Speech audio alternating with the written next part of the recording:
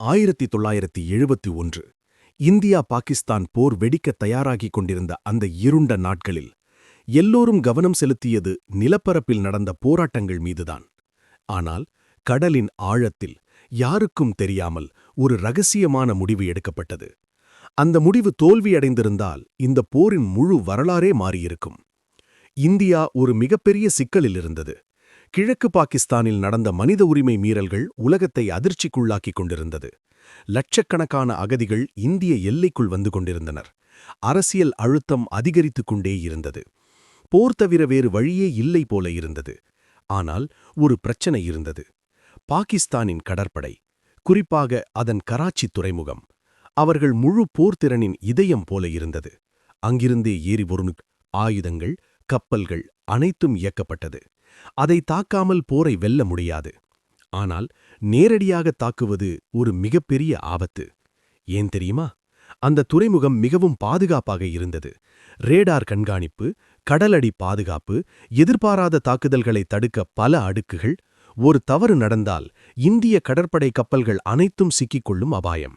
இதுதான் அந்த ரகசிய மிஷன் ஆரம்பமான தருணம். இந்திய கடற்படையின் உள்ளே மிகக் குறைந்த அதிகாரிகளுக்கே தெரிந்த ஒரு திட்டம் உருவாகத் தொடங்கியது. இது ஒரு சாதாரண தாக்குதல் இல்லை. இது ஒரு இன்டெலிஜென்ஸ் ட்ரிவன் கோவர்ட் ஆபரேஷன். அந்த திட்டத்தின் முக்கிய நோக்கம் கராச்சி துறைமுகத்தின் பலவீனங்களை கண்டுபிடிப்பது. ஆனால் எப்படி? நேரடியாக சென்று பார்க்க முடியாது, ஏனெனில் அது உடனே கண்டுபிடிக்கப்படும். அதனால் ஒரு அதிர்ச்சியான முடிவு எடுக்கப்பட்டது. சில சிறிய கப்பல்கள் மற்றும் சில கோவர்ட் ஏஜென்ட்ஸ் கடலுக்குள் அனுப்பப்பட வேண்டும்.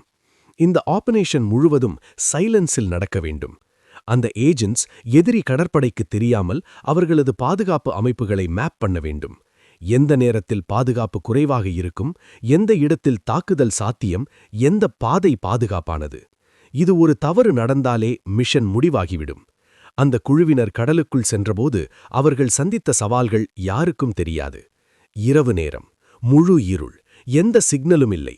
Communication almost impossible. ஒரு சின்ன தவறு, ஒரு சின்ன சத்தம் கூட அவர்களை எதிரி கண்டுபிடிக்க வழிவகுக்கும். அவர்கள் மெதுவாக நகர்ந்தார்கள்.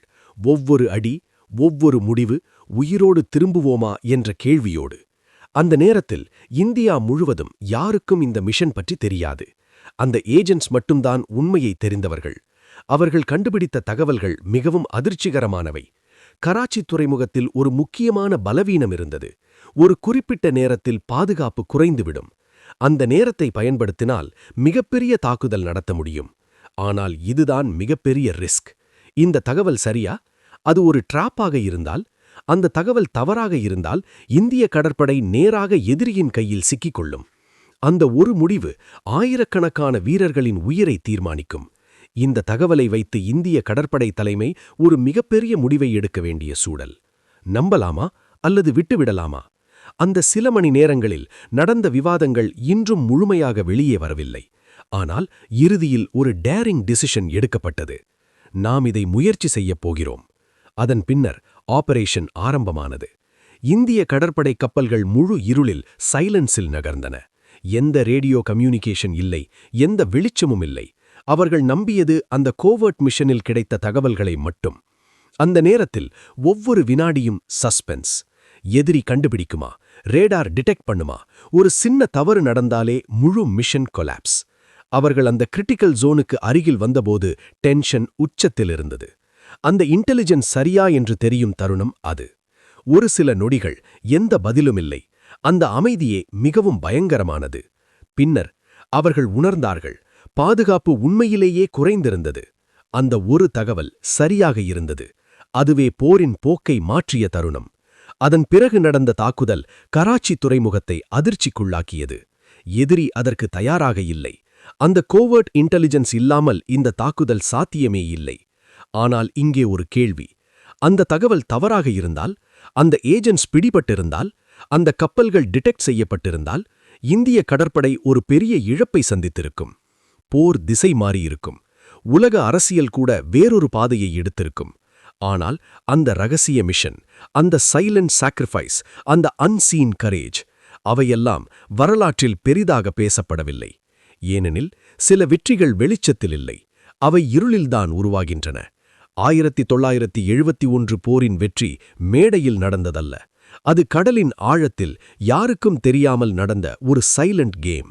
அந்த கேமில் தோற்றிருந்தால் இன்று நாம் தெரிந்த இந்தியா வேறொரு கதையாக இருந்திருக்கும். சில ரகசியங்கள் வெற்றியை உருவாக்கும். ஆனால் அவை வெளிச்சத்துக்கு வராததால் அவற்றின் மதிப்பு குறையாது. ஏனெனில் போரை தீர்மானிப்பது வெறும் வீரர்கள் அல்ல, யாருக்கும் தெரியாத அந்த மறைக்கப்பட்ட முடிவுகள்தான்.